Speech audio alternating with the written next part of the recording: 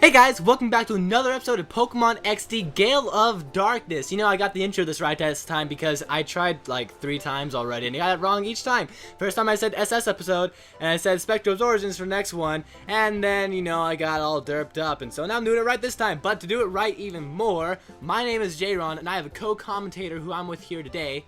Sensei Me21235. And we make up some of J-Ron's World's employees, as I like to call it. Employees probably is a bad word, but you know. You don't pay us. Well, I don't know. I'm actually not gonna go into that. I was just gonna say I'm actually gonna get a partnership probably soon with some network, so I could say employees of J-Ron's World because technically we make some revenue.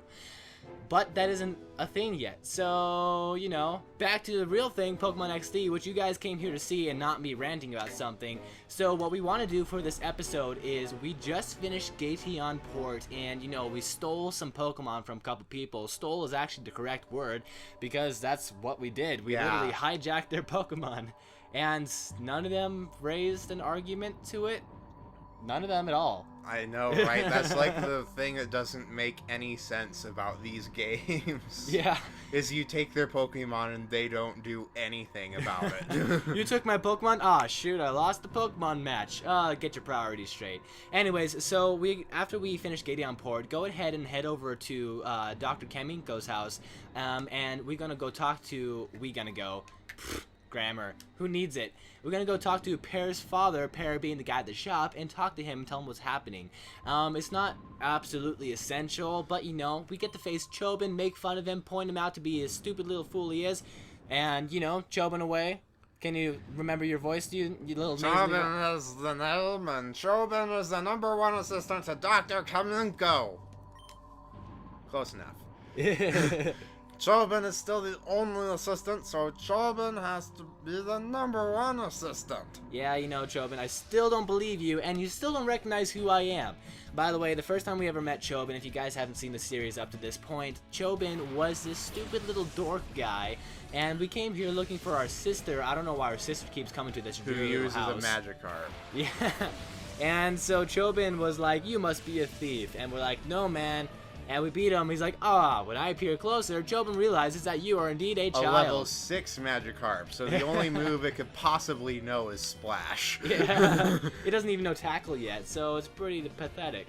But anyways, we are higher level than them. Chobin is still pathetic. He has a little bit more strength than last time. Magikarp doesn't necessarily help him because he can't do anything because he only has Splash, but he did get his Pokemon up by 1 level. Yay. Congratulations, Chobin. You managed to not derp up as hard, but you did get a Magikarp, so you're pretty bad. Yeah, you leveled up from level 5 to level 6, which takes like 5 minutes. I actually get to explain something now. It actually doesn't even take 5 minutes, it just takes you winning your first Pokemon battle. Yeah, Teddy Ursa just went into reverse mode. I almost said hyper mode because that's what it's called in Coliseum, but... Yeah. When this happens, what you want to do is call your Pokemon, because then you will get a crap load of work done there for your opening of the heart. If you look in the Pokemon little stat thing, instead of an experience bar, they have that little shadow meter, and the shadow meter indicates to you how far away their heart is from being opened up. And calling your Pokemon once they go into reverse mode actually gets a ton of it done. It's the best way to do it, really. Yeah, well, actually, the best way in this game is the Pokemon, you know. Oh yeah, before the machine. But you guys don't know what the tempo machine is yet, unless you played this game. So you know, we'll show that to you later. But it is helpful. So just make sure you do that instead of having them attack. Other thing about reverse mode, makes them a little bit stronger, doesn't it? Yeah, it makes it so that the critical hit ratio is much higher, but it also makes it so that they could possibly not do anything or even attack his partner, so... Alright, Chobin again. Oh, still Chobin, what are you looking at? Oh, I'm Jovi. Wait a second. Jovi. Oh, well. Huh? Oh, you're that boy from before. No! Chobin wishes to spoke up right away. Commentary. You gonna get it right this time? Yes. Okay. Today, Jovi is very busy. Jovi is on a very important job with Jovi's assistant, big brother. Is that so? But you being here in person now, do you have a... Words? But you being here in person now, do you have a look at Dr. Kaminko's inventions? I'm sorry, Chobin. I can't understand you. Chobin's grammar is Yeah.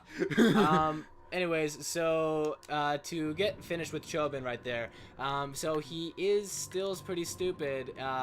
He is still infatuated is the right word, with Dr. Kaminko, and Dr. Kaminko has these stupid inventions. We showed it to you before. However, since we're here anyway, we're going to show you part of Dr. Kaminko's collection. Pretty stupid stuff. And we have to see a close-up of Chobin's face every time we do, so... Yeah, can I try it? I've never done Chobin before. Dr. Kaminko's inventions are #1 in the world. Chobin's choice is this Lada, the power-draining light bulb. At first glance, it's ordinary sorted plain light bulb, but it positively gulps electricity at 10 times the usual rate. I don't even know why you would make something like that. Keep using this, and electricity bills will be shot shockingly. And it won't be easy to find a way out. Chobin thinks it's dazzling. And Chobin is stupid for that reason. Dr. Kaminko makes every single invention like this. And Chobin admires him simply because they're so unique. But unique is the reason that they're so bad, because they're unique because nobody else wants them. Well, meanwhile, Dr. Kaminko in the background. I'll just false advertise this, and when they actually find out what it does, oh boy, will they have a heyday. Dr. Kaminko's inventions are #1 in the world. Chobin's choice is this, ta-da! The superpowered jet vacuum cleaner. Whatever it sucks up, it blows out in the rear using powerful jet propulsion that will shred dust into fine particles. I thought dust was fine particles, whatever. The more you vacuum, the more your rooms get covered in invisible coats of dust and corner to corner. Chobin thinks it's splendiferous. I said that on purpose. Yeah. Let's see, how many do you think we have left? Dr. Kaminko's inventions are #1 in the world. Chobin's choice is this, ta-da! The power-saving refrigerator. If the purpose is to conserve power, you won't be making a mistake with this refrigerator. It's truly one of a kind. It's an ultra energy saver that usually stays off. It only turns on when the sensor detects someone in front of it. Food goes bad right away and no one knows why, because the fridge is on when the door is open. Chobin thinks that it's splendid. Actually, that's Dr. Kaminko's taking the step in the right direction. He's at least trying to do something good. He's just being stupid with how he does it. Dr. Kaminko's inventions are #1 in the world. Chobin's choice is this, ta-da! The time cut recorder. It works with your video deck. When you're recording a TV program, this device ends the recording 5 minutes early. If you're recording the movie, you'll be beat to the best part at the end when suddenly the screen goes blank. Chobin thinks it's astonishing. Technically, that would be cutting out most of the credits, so that would actually be very great. That's actually a good point. Dr. Kaminko's inventions are #1 in the world. Chobin's choice is this, ta-da! The discount calendar. It'll amaze you. It only has 300 days in a year. Anyone using this will lose 65 days in a year. Chobin thinks it's astounding. I am no words. Just Chobin. None. Dr. Kaminko's adventures are #1 in the world. Chobin's choice is this. Ta-da! The Pokeball. Are you gonna strip on it? Sorry. I can already see Delcatty. Oh, that's bad. That or a fangirl dressed as Delcatty. I'm gonna stop there. Oh, let's just stop it now. Oh, I missed some of it. I accidentally pressed A. Chobin was confused with the Pokeball. Society will be engulfed in chaos. I'm not sure what it actually does. I kind of messed it up. Oh well, you guys I think have it's to read just it. supposed to look like a Pokeball, but it actually isn't. Yeah. Dr. Kaminko's adventures are #1 in the world. Chobin's choice is this. Ta-da! The haunted radio. It works just like an ordinary radio, but this is 2 in the morning. That is until 2 in the morning. If you listen very closely, you can hear a tiny voice. Please help me. Maybe Dr. Kaminko just put an odd program to do that. He denies it, but he must have done it absent-mindedly. He must have. Chobin thinks it's frightfully excellent. I'm pretty sure we only have, like, what, one more? Alright, let's burn through these. Dr. Kaminko's adventures are #1 in the world. Chobin's choice is this. Ta-da! The unhealthy sandals, and that's actually the one we already did the first time. That's the very first one. So yeah, there you have it, guys. All of Dr. Kaminko's outstanding inventions. Outstanding, so stupid of a word choice because it's such a wrong word choice. But anyways, the reason we actually came here today to talk to Perr's father. And so Perr being the guy at the shop, like I said earlier, Makan. Hello there, Michael, was it? You've come calling with your young sister again? Wrong! Today we went to Gateon Port on a very important job. Big Brother is Jovi's assistant. Michael has explained everything that happened to Makan. Whoa, what was that? The HQ's lab director was abducted? That's terrible. The mind that... Modus operandi? It feels similar to the incident 5 years ago. Maybe it was Cypher. But no one can conclusively say that. Before we go to thinking, your machine part needs to go. Quickly, deliver that machine part to the Pokemon HQ lab! And not like we didn't already know that. So, like I said, there isn't too much So we got sent here for no reason. Yeah, I mean, we still got to see a couple of things, and Chobin, why did we look at... Oh, okay. Well, you must say anything, but Dr. Kaminko's adventures are double in the whole wide world. Oh, I don't know. What Jovi likes best is Chobin's googly glasses. Actually, I would agree with this. These are strictly off limits. Chobin cannot function without them. Extremely, absolutely not. And I'm not sure why he's so messed up that he needs swirly glasses to make himself function, but, you know. I think it does the absolute opposite considering the rest of Dr. Kaminko's inventions. So what, it intentionally makes him, like, all messed up? I guess so. He always mistakes you for a burglar, so... Well, I mean, like, he only was able to recognize us when we first came up, like, really, really close up. So I guess he might have a point. But I don't know what he would have told Chobin that they did.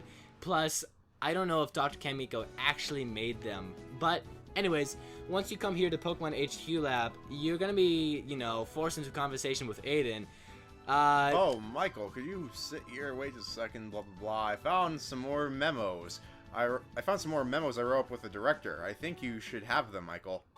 Obtain memo number 3. Michael obtained the crane memo number 4. Michael obtained the crane memo 5. Redundancy. They just give us more information on the shadow Pokemon. But, you know, since you guys like us to be little completionists... They'll probably tell you things about, you know, like reverse mode, kind of things like that. This one tells you about the snag machine.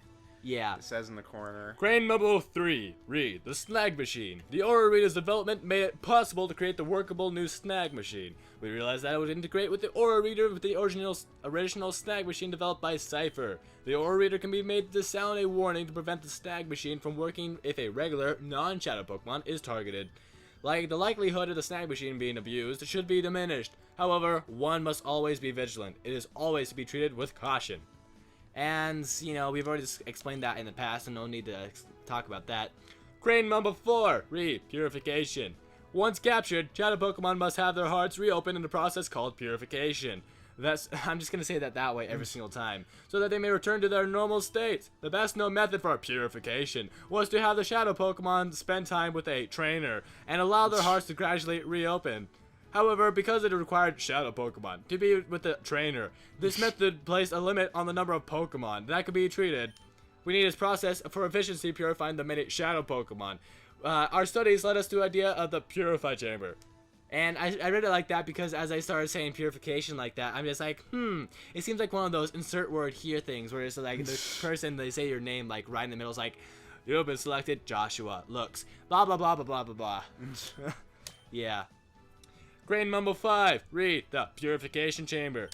The Purification Chamber is a radical new concept that differs from the usual purification method of the shadow Pokemon being with the trainer constantly. If it represents a new approach to place its shadow Pokemon among regular Pokemon so they may become purified naturally. Much time is needed to make this concept real. We need to acquire systems, collect data, and make adjustments. We eagerly look forward to seeing the Purification Chamber concept in operation. You know, I actually didn't mind reading that. It just killed my voice in every single way. Yeah, so if my bass voice goes out on me when I talk to the female, in fact, I'm gonna avoid that female just for that reason. So yeah, we can just give females bass voices from now on. So if you want to go talk to your mother, or Lucy as people like to call her, she should be on the second floor near the data Because room. apparently we all refer to our mother by first name in this. Well, in Japan, In they are Japan, very, I guess very you- formal. In Japan, I guess you could refer to your mother by first name, so... Welcome In fact, back, it really Michael. in fact, it wouldn't really make much Was sense. Jovi well behaved? We ran the errand like you wanted, Mommy. A bad guy tried to stop us, but a nice person helped us. Oh no, really? I'll get the details later. What about the machine part? She doesn't even care about her children. She just wants the machine part. Thank you. With this component, we can now get down to the finishing touches of the purification chamber. I should take this down to the purification chamber and on the ground floor now. Oh, Jovi will take it. Oh, wrong person. Jovi, are you sure? Don't drop it. Jovi can do it. Jovi. Michael, how's your shadow Pokemon doing? Purification processes of a shadow Pokemon spends time together with its trainer. Has the heart gauge fallen below 0? Yes! Yes! Yes, it has. Well, then we can't wait for the purification chamber to be finished, can it? If the heart gauge has fallen to 0, that shadow Pokemon is ready to open its heart, but that alone isn't enough. To complete the process, the Pokemon needs to go through the purification ceremony. La da da da da. I can just imagine them dancing around the rock. It's basically a ritual for it to return to its natural state. If the purified chamber were ready, it could go through the ceremony there, but it looks like you'll need a little bit more time to get finished. Because of that, I think your shadow Pokemon should go through the purification ceremony with a different process. There's a village called Agate, and the village called is a relic stone, which is the power to restore the shadow Pokemon to their natural state. It worries me a lot to send you to such a far-off place by yourself, dear, but I also think it's something only you can do. Well, will you go? No! Dun. Yes. Thank you. You know, Michael, I'm so proud of how you're becoming more and more dependable. Well, she mentions that. However, I may just be the most dependable person in this entire place because I seem You're to be. the only one who actually does anything other than Crane. Yeah. Crane does stuff. Lily does some stuff. However, in this entire country, I seem to be the only person possible of standing up to Cypher. And the worst part of that idea is you're a 10-year-old kid. Yeah. So. And it's kind of like a Majora's Mask. I record Majora's Mask with my friend Kyle and my friend Reed. And so we were walking out of the Skulltula house, and we're like, we're going to go do this. And Kyle was like, which Japan doesn't seem to realize that 10-year-old boys shouldn't be actually able to do things like this. Saving the world? No. Nah, man. Anyways. The relic stone, which is used for the purification ceremony, is under the care of a man named Egan. I will get in touch with him so he knows that you're coming, Michael. I will do my best to get the purified chamber finished when you're gone. Please, be careful. At least they kind of make a slight improvement with Twilight Princess and Skyward Sword. Link at least looks like he could be like 17 or something. Well, I think he's more like 17, 18. Yeah, that sounds about right for those games. But in like Ocarina, Majora's Mask, it's like, I'm a 10-year-old. Let's save the world. Although he is Wind Waker. Yeah, Wind Waker too. I'm a 10-year-old. Better leap into the sky and stab this guy in the brain. Yeah. Anyways, now that you got that done. Or even better, I'm 10 years old and I'm the captain of a pirate ship. Yeah. Yeah. Anyways, so now we're gonna go to the Agate Village. We might hit a little bit of cutscene, but otherwise, this is gonna be the end of the episode, with Agate Village being the next thing we do. And what a beautiful village it is, even though it seems to be falling off the face of the earth. I mean, literally, if you look on the left side, it's like, where is this water going if not over the edge of the world? Because the rest of the region is a desert. Yeah, and where's it coming from? The volcano? Single place gets all the water in the entire region. Yeah. But with that being said, you know, I mean, we are done with the episode. So it has been cool, guys. It's been a pretty good episode. Perfect episode length, you know, just 20 minutes. So, we'll see you guys next time. This has been J. Ron. And Sensei Mewtwo 1, 2, 3, 4, 5. Oh, you didn't fist pump as you said it. And too late. And the people of Ore really need to learn how to irrigate. Yeah. See you guys later.